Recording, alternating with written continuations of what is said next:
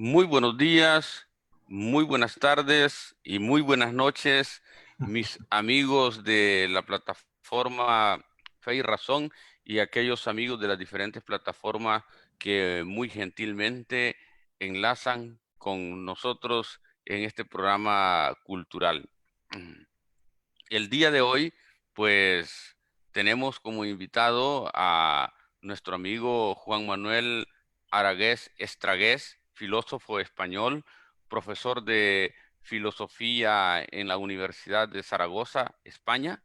Dentro de sus obras tenemos Gillette Deluxe, El viaje de Argos, derivas en los escritos póstumos de Jean-Paul Sartre, Líneas de fuga, filosofía contra la sociedad idiota, Sartre en la encrucijada, los póstumos de los años 40, de la vanguardia al cyborg, aproximaciones al paradigma postmoderno y el dispositivo Karl Marx, potencia política y lógica materialista. Pues el tema principal que hoy nos convoca está relacionado con los escritos que ha trabajado nuestro invitado y es la relectura de Karl Marx en relación a la tradición materialista, Spinoza y Friedrich Nietzsche. Escribía nuestro invitado, nuestro autor, eh, Manuel Aragués Estragués: Marx continúa siendo un potentísimo dispositivo para la lectura de la realidad, una herramienta indispensable para su transformación. Pero para extraer sus virtudes políticas es preciso elegir un Marx de los múltiples que la tradición nos proporciona. Por un Marx coherentemente materialista, superador de ciertas inercias epocales que algunos de sus seguidores convirtieron en doctrina. Marx contra Marx, Marx más allá de Marx, Marx como el mejor antídoto contra toda tentación dogmática y hagiográfica.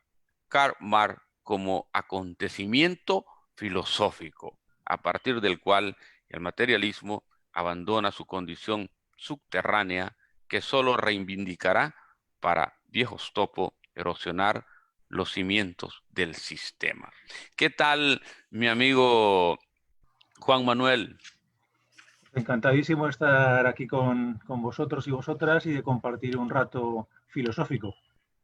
Pues si tú estás encantadísimo, pues yo y mis amigos muchísimo más de contar con tu generosidad intelectual y humana para compartir con nosotros lo que es alguna reflexión de tus trabajos filosóficos, especialmente de entrada con respecto a lo que decíamos, eso de la relectura de Marx en relación a la tradición materialista. ¿Qué nos puedes decir al respecto con esto, eh, Juan Manuel?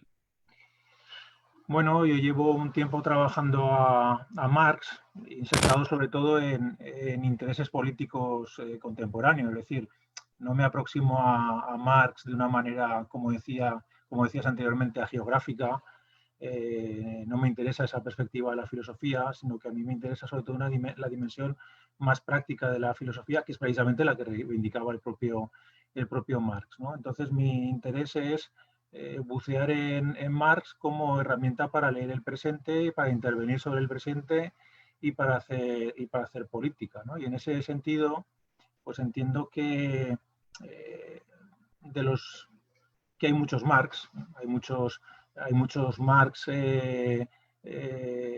si nos aproximamos a lo que han sido sus posteriores lecturas, y creo que desgraciadamente el Marx dominante no es el Marx más útil para hacer política en la actualidad. Podríamos decir que incluso se ha producido una especie de secuestro de Marx por una interpretación oficial, dogmática, que lo convierte en un filósofo, pues yo diría que poco interesante, sobre todo por eliminar la complejidad del pensamiento de Marx. Marx es un autor tremendamente complejo, tremendamente sutil, y sin embargo se ha impuesto una visión del mismo pues excesivamente simplificada. Entonces yo creo que es precisa una labor de rastreo dentro de Marx y de puesta en actualidad de las cuestiones que de una manera más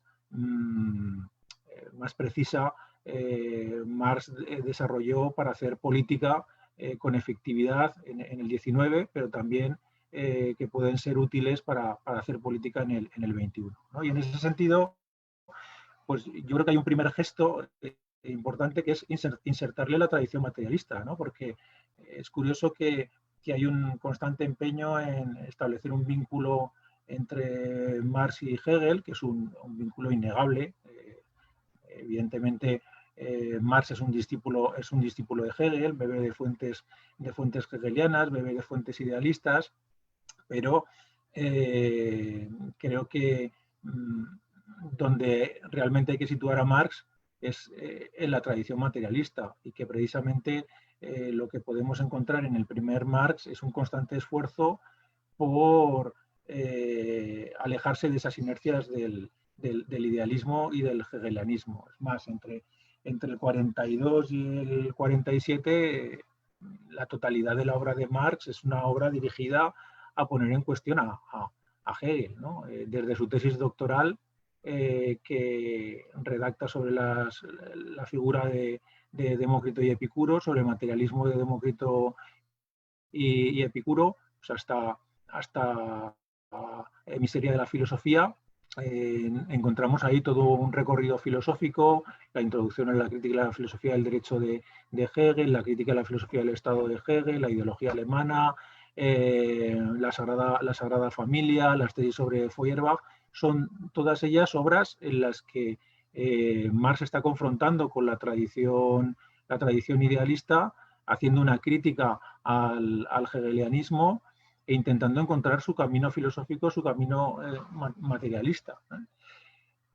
Eso no quiere decir que borre por completo a Hegel, ni mucho menos. Hegel sigue teniendo presencia, pero muchas veces sigue teniendo presencia, tanto Hegel como la tradición idealista, en forma de inercia, en forma de discurso de época. Nadie nos podemos sustraer a las influencias del momento, a las modas de la época, a los estilos de pensar que se producen en un determinado momento, y eso, pues por poner un ejemplo, Marx escribe en un momento en el que en el ámbito de la teoría de la historia, lo que triunfan son las teorías de los estadios. Desde finales del siglo XVIII y todo el siglo XIX, lo que vemos son teorías de los estadios, pues desde los ilustrados escoceses, pasando por la filosofía de Comte o por la filosofía de Hegel. Lo que vemos son teorías de los estadios amparadas en la idea de progreso. Y entonces, desde esa perspectiva, pues muy teleológicas, muy deterministas, ¿no? Cierto Marx también encajaría ahí, también encajaría en ese planteamiento de una concepción de la historia teleológica, por estadios, etcétera, etcétera. Pero hay otro Marx, que yo entiendo que es mucho más materialista, que precisa esa concepción de la historia, y que señala pues que no hay un único decurso histórico, que no hay una historia unitaria y universal, sino que los procesos pues, se desarrollan de manera diferente según las geografías. Precisamente en los últimos tiempos se están editando cuadernos de Marx, cuadernos en los que presta atención a procesos históricos y sociales que no son europeos, sino pues de Sudamérica, de la India, o de lugares marginales de la historia de Europa, como pueda ser el caso de Rusia, en los que Marx señala las peculiaridades de esos procesos, en las que entiende y en las que señala de manera muy decidida pues que él no pretende hacer una teoría de la historia de carácter suprahistórico y universal, sino que entiende que la historia y los procesos sociales están vinculados a lugares concretos, a condiciones concretas y a situaciones concretas, ¿no? Y en ese sentido, yo en algún texto he recuperado el diálogo que mantiene con los populistas rusos, ¿no? En concreto con Viera Zasulich, a propósito de la cuestión de la comuna rural, ¿no? Si me permites, cuento brevemente el episodio porque me parece tremendamente interesante. Claro. Se publica el Capital en Rusia de manera, de manera pues, subterránea, por decirlo de alguna manera, porque no era una obra que pudiera ser publicada de manera oficial. De hecho, empieza a recorrer el país con tapas de la Biblia para no levantar sospechas entre la censura, y de hecho el Capital tiene bastante éxito en Rusia, hasta el punto de que se genera una especie de corriente marxista dentro de Rusia. Y los marxistas rusos empiezan a hacer una serie de interpretaciones que cuando Marx las lee se lleva las manos a la cabeza y se enfrenta a sus seguidores rusos diciéndoles que no han entendido nada, que lo que él ha escrito en el Capital no tiene nada que ver con Rusia, sino que hace referencia a Europa occidental, y que el caso ruso es un caso diferente al caso alemán o al caso británico, ¿no? Y en ese sentido es muy interesante porque empieza a mantener una relación con los populistas rusos, y con quien manifiesta su acuerdo Marx no es con los marxistas de Rusia, sino con los populistas. En concreto, Vera Zasulich le plantea una cuestión en una carta que le manda, y le dice, bueno, aquí tenemos una comuna rural muy extendida, y resulta que los marxistas rusos lo que dicen es que para hacer la revolución lo primero que tenemos que hacer es esa comuna rural, privatizarla para posteriormente hacer la revolución y volver a hacer esa tierra común. Y dice Viera Zasulich, hombre, ¿no nos podríamos evitar el paso intermedio? ¿Para qué vamos a privatizar una tierra que ya es común para luego volver a hacerla común, ¿no? Y Marx en un primer momento duda, pero finalmente acaba dando la razón a los populistas, y les dice bueno, que la experiencia rusa de la comuna rural es tremendamente interesante, y que quizá el proceso revolucionario en Rusia deba apoyarse en esa propiedad colectiva, ¿no? ¿Qué quiero decir con esto? Pues que Marx lo que hace es analizar las geografías concretas, las situaciones concretas, los problemas concretos, y entender que en cada lugar las estrategias políticas pues, pueden ser matizadamente diferentes, ¿no? Y en ese sentido es en el que creo que es preciso insertar a Marx en la tradición materialista, e intentar alejarlo lo máximo posible de las excrecencias idealistas y de las inercias idealistas que puedan ir existiendo en su obra, ¿no? Y por eso, bueno, pues yo tiendo a vincularlo más con Spinoza que con Hegel, ¿no? Y cuando últimamente mencionas ya a Spinoza, pues cuando tú dices de que eh, abandona el material, y si se presenta un Karl Marx como un acontecimiento filosófico, algo así, y que a partir de allí el materialismo abandona su condición subterránea, porque es un término que has mencionado. ¿Qué Sí. relación tiene ese acápite, ese inciso de en cuanto es el advenimiento de un Marx como filósofo, y que hace que el materialismo abandone esa condición subterránea en relación con el materialismo de Spinoza? ¿Hay alguna relación allí o no? A ver, esa es una expresión que tomo prestada de un filósofo al que también admiro mucho, que es Althusser, ¿no? Louis Althusser, que habla de la corriente subterránea del materialismo del encuentro, ¿no? Althusser dice que hay una corriente subterránea en la filosofía, que es la corriente del materialismo del encuentro, cuyos orígenes él coloca en Epicuro y Lucrecio, y que luego se manifiesta en Maquiavelo, posteriormente en Spinoza, posteriormente en Marx. Y bueno, cojo prestado esa idea de materialismo subterráneo de Althusser, que me parece una idea muy, muy fecunda y que viene a señalar algo tremendamente importante, ¿no? Y es que la filosofía que estamos habituados a trabajar es la filosofía dominante y es la filosofía del idealismo. Cuando hacemos una historia de la filosofía, inmediatamente colocamos su origen habitualmente en Platón, ¿no? Y hacemos una secuencia pues, que es Platón, Descartes, el idealismo alemán, y solemos hacer una historia de la filosofía en la que el materialismo apenas tiene presencia. Es subterráneo, como dice Althusser, ¿no? Entonces yo creo que uno de los empeños fundamentales de quienes queremos desarrollar un pensamiento crítico es recuperar esa corriente materialista que si no tiene presencia es precisamente por cuestiones ideológicas y por cuestiones políticas, porque fue remitida al subsuelo para evitar que tuviera influencia política y que tuviera influencia social, ¿no? Yo creo que Marx es el primer pensador materialista que consigue sacar la cabeza de ese subsuelo, que consigue asentar sus pies sobre el terreno y crear una filosofía de carácter materialista que ya no va a ser enterrada, que va a permanecer en superficie. Pero hasta Marx lo que encontramos son filosofías que intentan emerger y que inmediatamente son lanzadas al subsuelo, son reprimidas o son reconvertidas, como el caso de Maquiavelo, ¿no? Maquiavelo es un autor que habitualmente solemos leer como el teórico del absolutismo y nada más lejos que de la realidad, ¿no? Porque si te vas a leer su gran obra, que son los discursos sobre la primera década de Tito Livio, no El Príncipe lo escribe en 1515, mientras que 1513, mientras que los discursos sobre la primera década los escribe entre 1512 y 1515.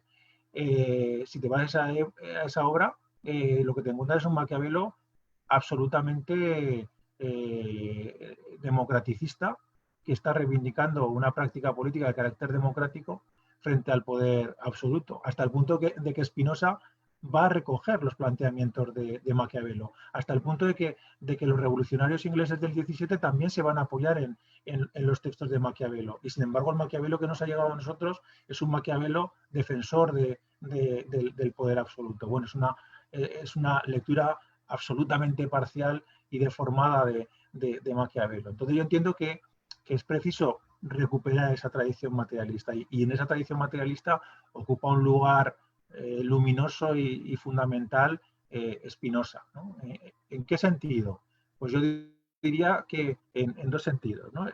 El primero de ellos, Spinoza es el primero en desarrollar una filosofía desde un planteamiento ontológico de carácter ateo, ¿no? Y creo que esto es muy importante, ¿eh? Y cuidado, cuando hago una reivindicación filosófica del ateísmo, no lo hago desde una perspectiva sectaria políticamente, como no lo hace Marx, ¿eh? Marx evidentemente es ateo, no cabe ninguna duda, mal que le pese a Enrique Dussel, que a veces dice, bueno, utilizaba metáforas religiosas, y dice, bueno, vale, Sí. utilizaba metáforas religiosas, pero eso no quiere decir que Marx fuera creyente, ni Y mucho menos, ¿no? hacía críticas muy fuertes Efectivamente, a ¿no? la religión establecida. Sí. Exactamente, a la Iglesia sin ninguna duda, ¿no? Eh, pero Marx era muy cuidadoso en la relación política con los cristianos, porque se redactan los estatutos de la Asociación Internacional de Trabajadores, hay sectores que pretenden dejar fuera de esa asociación internacional a los creyentes. Entienden que hay que ser ateo para formar parte de la OIT y Marx monta en cólera, dice, pero bueno, ¿cómo vamos a dejar fuera de la IT a gente por sus creencias religiosas? Si ellos quieren luchar políticamente, tenemos que acogerlos sin ningún género de dudas. Otra cosa es que filosóficamente él defienda una posición ontológicamente atea, que yo creo que eso es lo que le enlaza con Spinoza, ¿no? Porque ese ateísmo de Spinoza y de Marx, lo que nos lleva, por ejemplo, es a una concepción del sujeto de carácter no esencialista. y a una concepción del sujeto, a una antropología de la diferencia. Esto generalmente no se ha señalado con respecto a Marx. Tanto en Spinoza como en Marx encontramos una antropología de la diferencia. Estamos habituados a escuchar que lo fundamental en Marx es la clase social. Bien Mm, interesante, Juan Manuel, siguiendo este mismo hilo con todo lo que acabas de decir, que evoca una antropología de la diferencia, mm. en tanto que es importante, interesantísimo, porque hay muchos que creen que lo que se hace es una antropología de la igualdad, donde se absolutiza todo desde la igualdad, pero tú estás diciendo que se plantea una antropología de la diferencia. Y una Eh, política de la diferencia. Las dos sí, cosas. eso se podría relacionar y bien entendido, eso que tú estás diciendo con aquella máxima marxista de Marx, a cada cual según su necesidad y según su... Sin ninguna duda. Efectivamente, efectivamente. Es que iba a remitirme a eso a continuación, pero lo digo ya ahora. En Marx hay una antropología de la diferencia y una política de la diferencia. Estamos habituados a entender el comunismo como una sociedad de la igualdad, nada más lejos de los planteamientos de Marx. Marx, en ese texto que has citado tú, que es la crítica del programa de Gotha, dice, cuando superemos el capitalismo tendrá que haber una primera fase, la de la dictadura del proletariado, en la que el derecho tendrá que ser igual. Tendremos que promover un derecho igual. ¿Por qué? Porque venimos de una situación de desigualdad. Entonces tendremos que promover la igualdad entre los sujetos.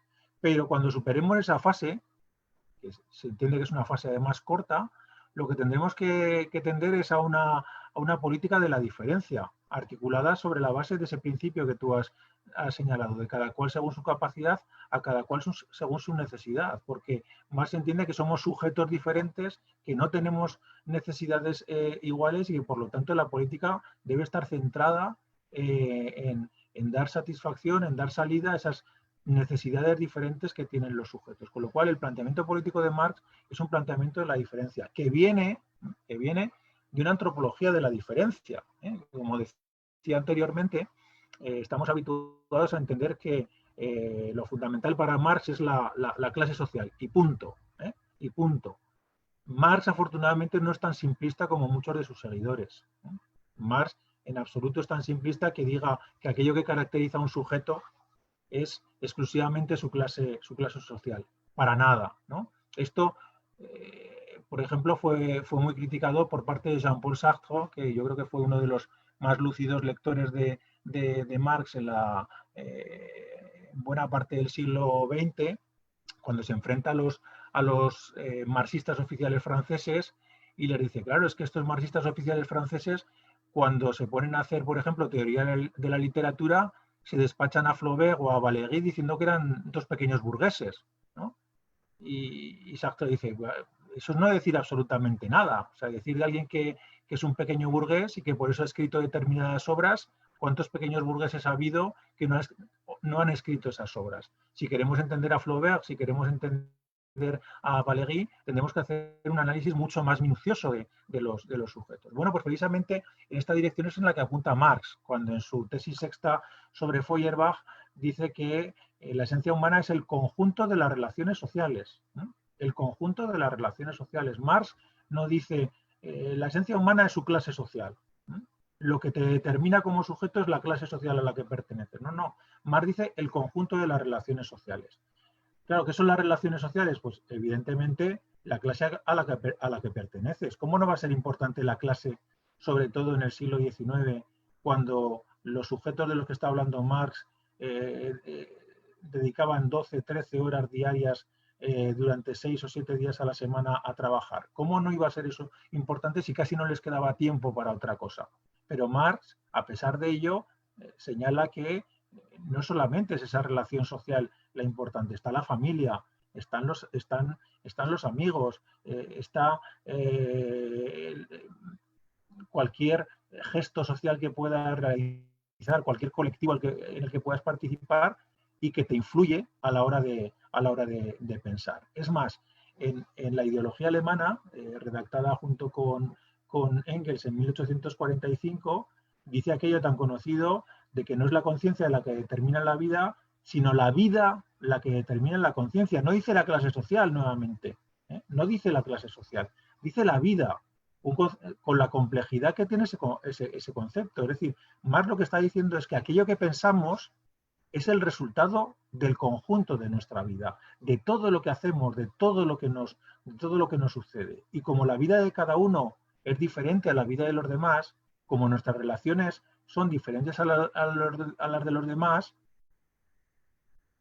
nuestra forma de pensar, nuestra forma de ver el mundo es diferente a la de los demás. Por eso digo que Marx está articulando una antropología de la diferencia de la misma manera que la articuló Spinoza en el siglo XVII, donde también podemos encontrar una potentísima antropología de la diferencia. Imagínate lo interesantísimo todo esto que has dicho, que es de importante meditación y reflexión, lo cual secundo totalmente. Digo esto para que sigamos con el mismo hilo.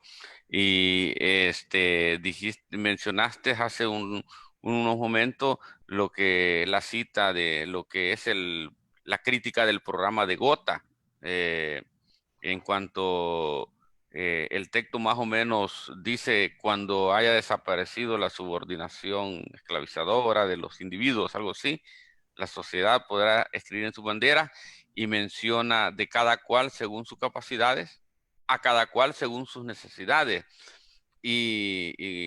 Cuando hablabas de la cuestión de la cuestión de las diferencias y hablabas de la cuestión de que Marx no había asumido una ontología del ateísmo, algo así.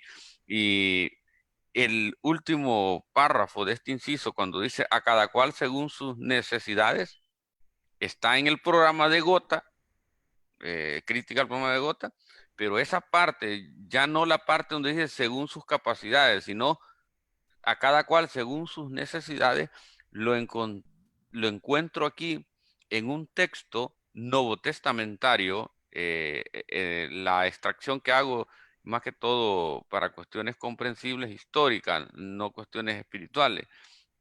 Cuando en Hechos de los Apóstoles, Hechos 4, 32, 35, dice el escritor Lucas, dice el texto lucano en el versículo 35, dice, y repartían a cada uno, a cada cual según sus necesidades. No sé si te habías percatado de eso. No. Y pues el texto lucano, como Lucas, un historiador del primer siglo bastante respetado eh, por los teólogos de la liberación, más que todo, a los conservadores no le hacen mucho caso, son más paulinos. Mm, y dice él relata la cuestión de la comunidad de ese momento, donde dice que eran de un solo corazón y una sola alma, y ninguno decía ser suyo propio nada de lo que poseía, sino que tenían todas las cosas en común. Estos textos hoy, la iglesia de hoy no les hace caso, ¿va? Porque son contradictorios a los intereses de convivencia mezquina que hoy se maneja en esta sociedad mostrenca y zarrapastrosa en la que vivimos. Pero en el último texto dice, y repartían sus bienes a cada cual según sus necesidades. El mismo Lo mismo que dice el programa de Gotha. Esto lo digo por aquellos que tienen los ojos tapados de que esto no tiene ninguna relación, los textos marxistas con esto, ¿va? Donde lo hay, ¿va? Donde no lo hay, no lo hay. Entonces, ahí perdona que te haga esta comparación, No, Juan no. Manuel, no es ninguna provocación.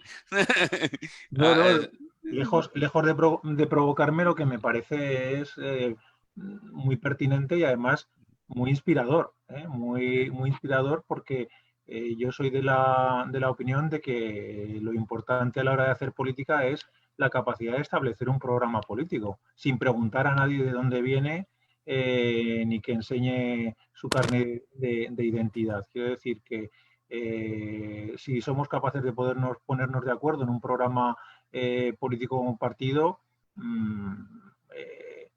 debe resultar indiferente si alguien es creyente, no lo es. Y creo que precisamente eso era lo que pensaba Marx, ¿no? Cuando en el proceso de construcción de la AIT entiende que la presencia de los creyentes es absolutamente necesaria, ¿no? Creo que ahí se pone de manifiesto precisamente uno de los grandes retos que creo que tenemos en la actualidad y que deriva de esa antropología de la diferencia a la que hacía referencia anteriormente, ¿no? ¿Cómo hacer una política de la diferencia?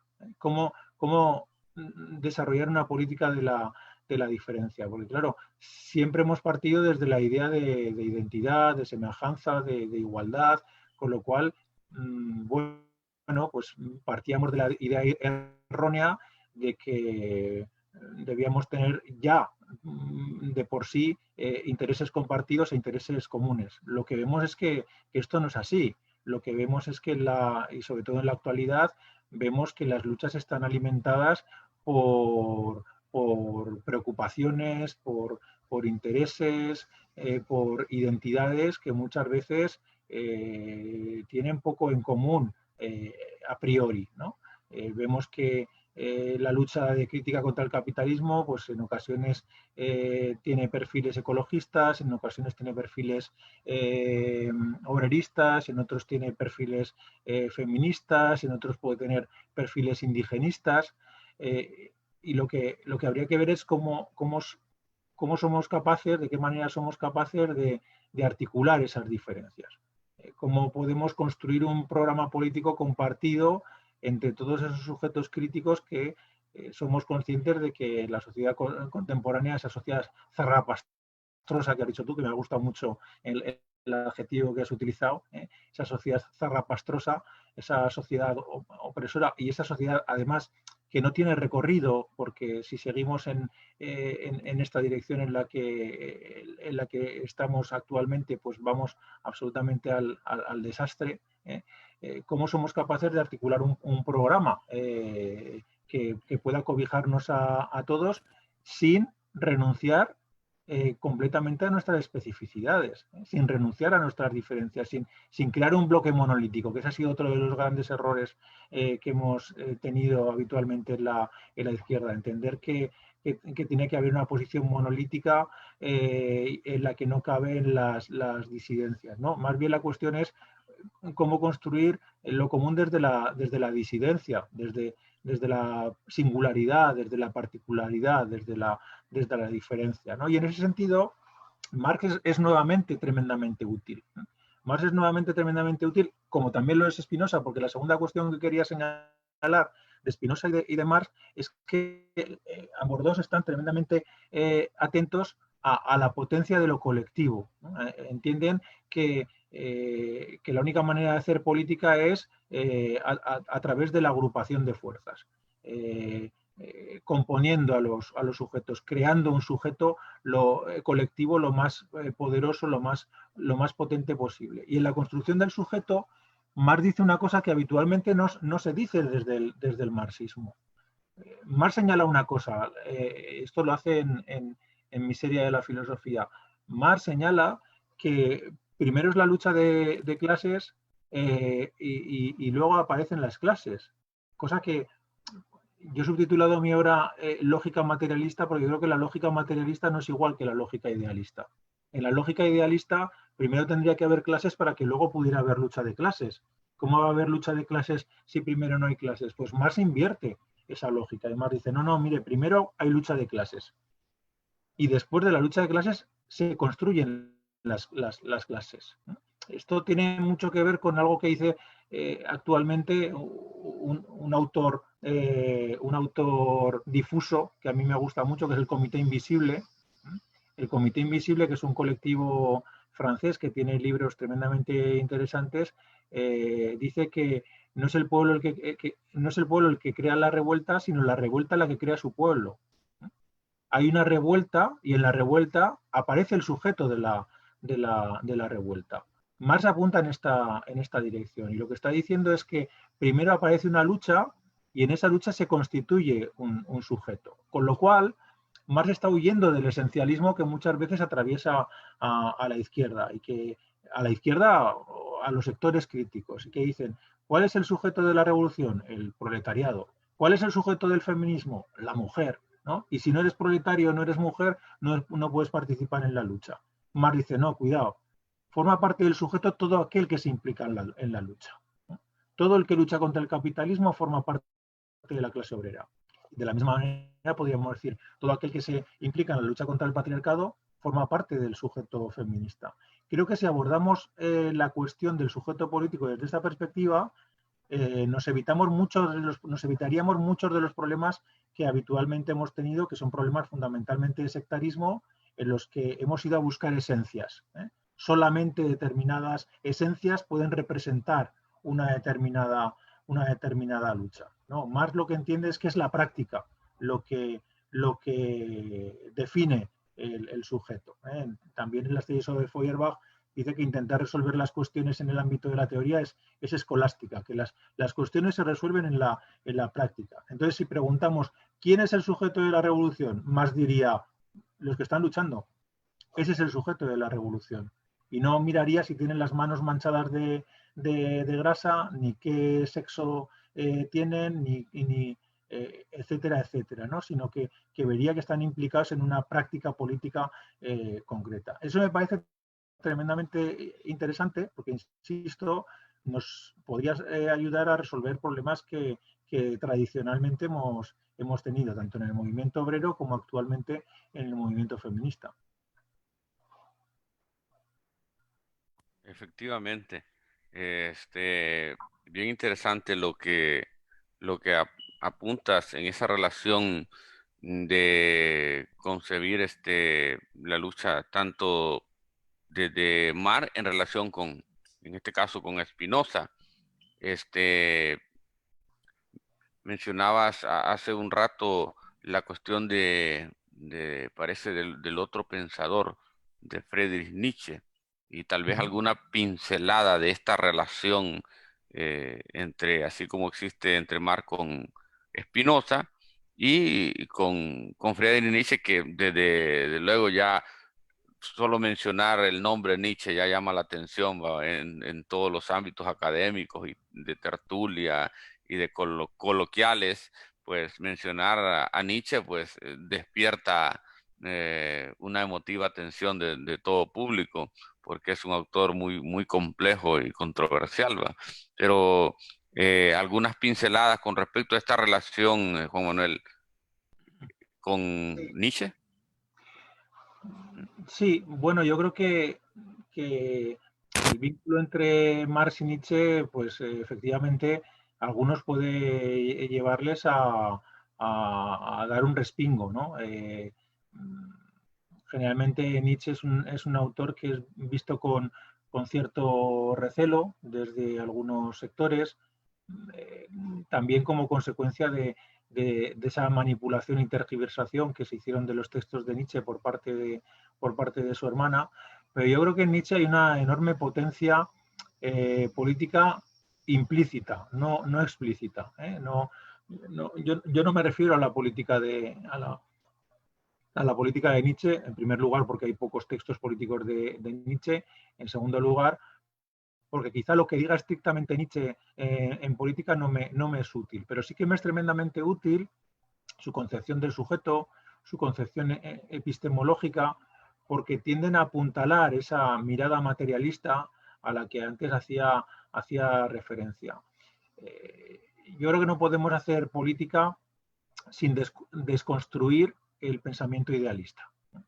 No se puede hacer política, política desde una perspectiva revolucionaria, crítica, antagonista, como la queramos llamar. No se puede hacer política sin desconstruir muchos de los elementos del discurso idealista. Y en ese sentido, Nietzsche enlaza perfectamente con los planteamientos de Spinoza, de Marx, porque también bebe de esa ontología de esa ontología materialista, de esa ontología de base que toma el ateísmo como palanca de impulso y que va a llevar a una concepción del sujeto que confronta directamente con el esencialismo de la tradición idealista, ¿no? Hay un autor francés que a mí me gusta mucho, un autor actual al que yo he traducido al castellano, que se llama Frédéric Lordon, escrito Lordon como suena. Yo traduje junto con un colega uno de sus libros, Los afectos de la política, y este autor dice que para luchar contra el neoliberalismo, uno de las condiciones indispensables es eh, atacar su núcleo duro. Y él entiende que su núcleo duro es su concepción del sujeto, su idea del sujeto, esa idea esencialista del sujeto. ¿Por qué? Pues porque si partimos de una idea esencialista, desconocemos algo fundamental, y es el hecho de que uno de los instrumentos políticos básicos que utiliza el poder para mantenerse en el poder es construir a los sujetos a su imagen y semejanza. Construirnos a los sujetos tal como al poder le interesa. Hay un sociólogo español que a mí me interesa muchísimo, que me parece una de las mentes más privilegiadas del siglo XX en España, que es Jesús Ibáñez, y que dice que el sujeto es el objeto mejor producido por el capitalismo, ¿no? El sujeto es el objeto mejor producido por el capitalismo. Bueno, pues mientras no seamos conscientes de estos procesos de construcción de subjetividad y al mismo tiempo no entremos en un proceso de construcción de subjetividad antagonista, que yo creo que ahí está uno de los elementos centrales de la política contemporánea, construir subjetividad antagonista, construir subjetividades que no se ajusten a los parámetros de las sociedades neoliberales, sino que imaginen, y el concepto de imaginación me parece muy importante, imaginen otras formas de vida y por lo tanto otras formas de sociedad y otras formas de relación, hasta que no entremos en esa lucha, pues tenemos la batalla perdida. Y en ese sentido Nietzsche yo creo que es muy interesante porque señala de manera muy clara los procesos de construcción de subjetividad y también pone de manifiesto cómo son las relaciones de fuerza las que acaban construyendo los discursos dominantes, que no son discursos que sean dominantes porque sean verdaderos, sino porque son poderosos, ¿no? Y esa analítica de los discursos como sometidos a las relaciones de poder, pues también me parece muy prolífica para hacer política en la actualidad. Pues me parece muy bien la explicación, la relación que hace esa exégesis entre eh, la cuestión del sujeto de lo que es el pensamiento nietzscheano en relación con lo que estábamos hablando. Y cuando habla de las subjetividades y todo esto, se me viene a la mente una de las frases que decía Rousseau cuando expresaba que existen necesidades falsas y necesidades verdaderas, y que esta modernidad como sistema es el desorden de las necesidades falsas, que cubren con guirnaldas de flores las cadenas de nuestras servidumbres. Decía, porque pues hay subjetividades que hay que desmontar, como te dice, hay que, destruir, mejor dicho, cuestiones idealistas para poder poner los pies en la materialidad de la realidad. Así lo entiendo yo. Pues me parece muy bien todo lo que es la exégesis que hasta ahora y la hermenéutica que has traído hasta hoy, con todo este hilo conductor, toda esta beta de desarrollo teórico de la reflexión materialista. Y desde luego, pues, la cuestión es muy profunda y incita a nuestros amigos a la lectura, a la escucha de materiales de esto para poder ir eh, edificando lo que es un mejor pensamiento más crítico. Para ir finalizando, mi amigo eh, Juan Manuel, ¿qué punto específico te gustaría enfatizar ya para ir cerrando el programa? ¿Algún punto específico dentro de todos los temas que te apasionan, que tú has trabajado? Bueno, me lo pones un poco difícil porque hay muchas cosas que me apasionan, la verdad, y de las que me encantaría hablar, ¿no? Pero quizá mm, matizar una cuestión con respecto al tema de la diferencia, ¿no? A cómo hacer una política de la diferencia. Porque creo que en la actualidad mm, la cuestión de la diferencia puede ser entendida de dos maneras. Cuando citabas los libros, algunos de mis libros, uno de los últimos que no has mencionado se titula Deseo de multitud. ¿No? Deseo de multitud. Es uno de los últimos libros que he publicado y en él lo que intento es analizar la diferencia entre las políticas de la identidad y las políticas de lo común, ¿eh? Que ambas beben de la idea de diferencia, pero enfocan la diferencia de manera diferente, valga el juego de palabras, ¿no? ¿Por qué lo abordan de manera diferente? Bueno, pues porque hay quienes puestos a reflexionar sobre la diferencia y puestos a hacer políticas sobre la diferencia, acaban en unas políticas de la identidad que lo que hacen es marcar fronteras con los otros, perfilar territorios muy concretos y olvidarse de intereses comunes, ¿no? Yo les llamo políticas idiotas, idiotas en el sentido más etimológico del término, de idion en griego. El idiota en Grecia era aquel que era incapaz de salir de su pequeño mundo, ¿no? De sus restringidas preocupaciones, ¿no? Y en la actualidad nos encontramos con ciertos sectores sociales y La políticos. indiosa, ¿Perdón? la indiosa, decían. Sí, en la actualidad nos encontramos con ciertos sectores políticos pues que son incapaces de trascender sus pequeños, digo, sectores políticos críticos, antagonistas, que podíamos entender muy cercanos a nuestras reivindicaciones, pero que se cobijan únicamente en su pequeño campo de acción y se olvidan del resto de problemáticas, ¿no? Yo entiendo que eso es una manera idiota de abordar la política y es lo que hacen ciertas políticas de la identidad, ¿no?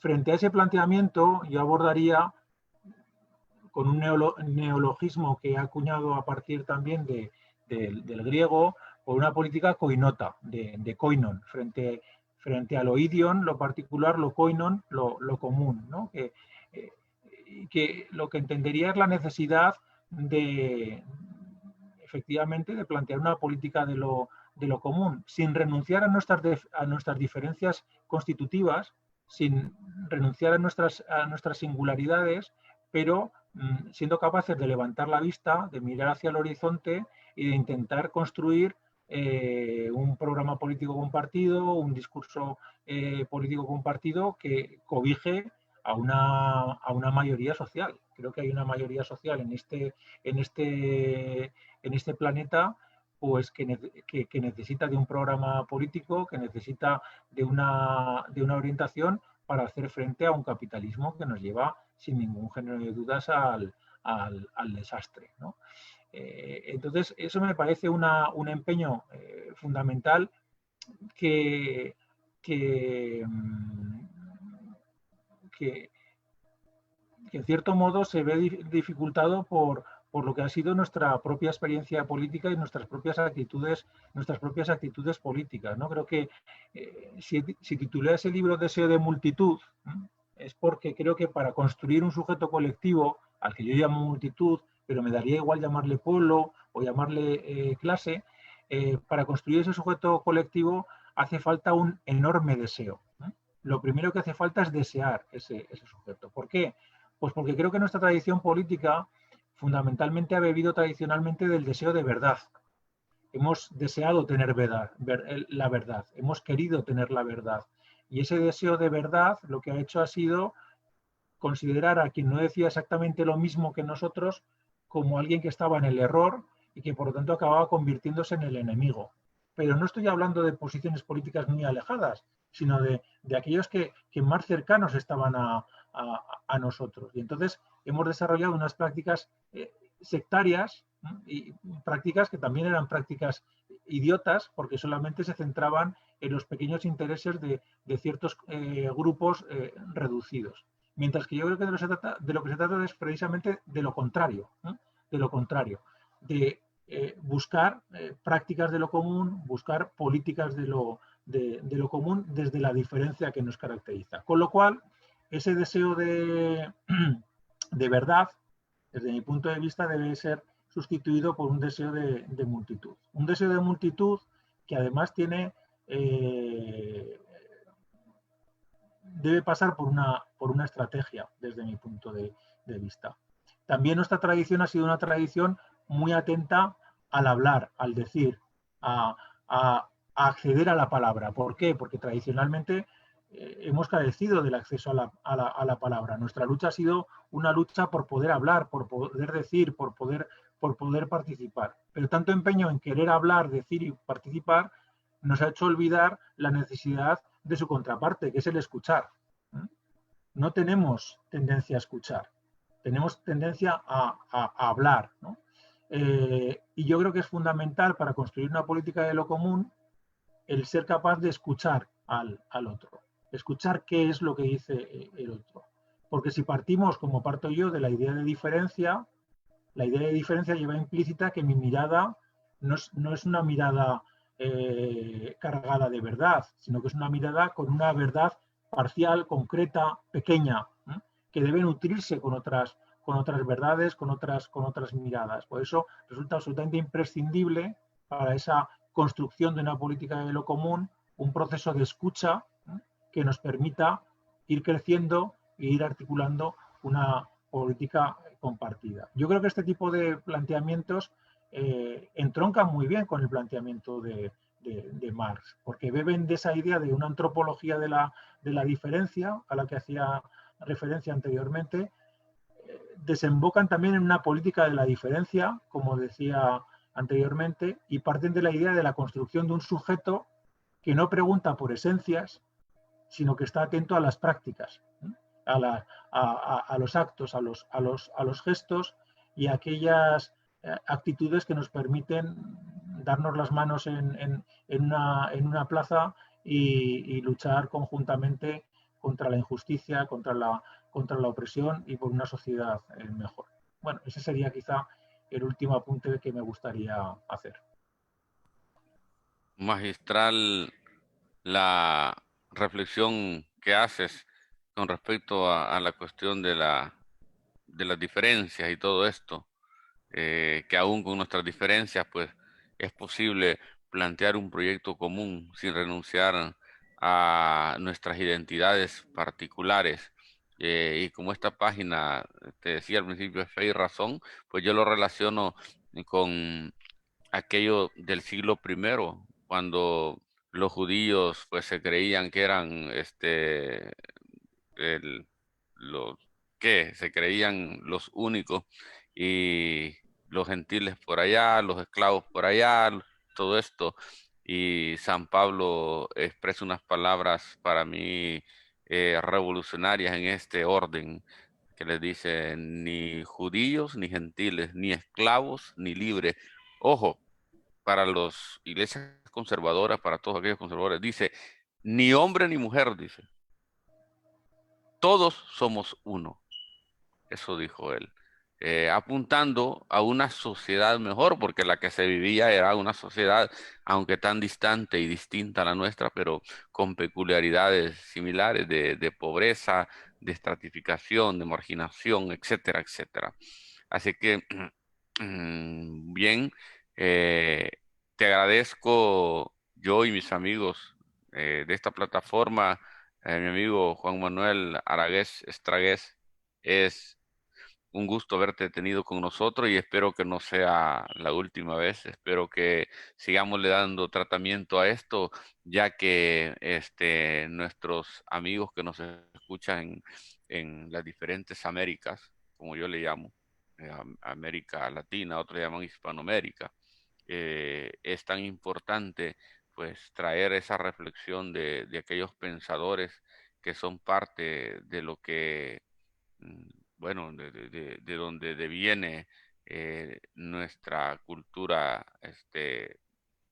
para empezar, el idioma y muchas cuestiones. Así de que, dado de que hay otras corrientes de pensamiento eh, que deconstruyen lo que es ya una tradición de que se ha tenido de diferentes pensadores y bueno, es importante el aporte de actores como tu persona a lo que es el pensamiento en los diferentes pueblos de América Latina que nos escuchan por este medio, ya que compartimos muchos aspectos en común culturales. Pues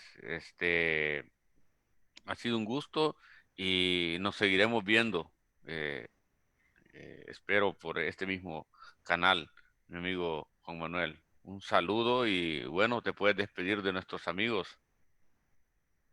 Pues muchísimas gracias por la invitación, Daniel. Muchas gracias a quienes hayáis estado ahí escuchando. Yo estaría encantado si tenéis algún tipo de pregunta o reflexión.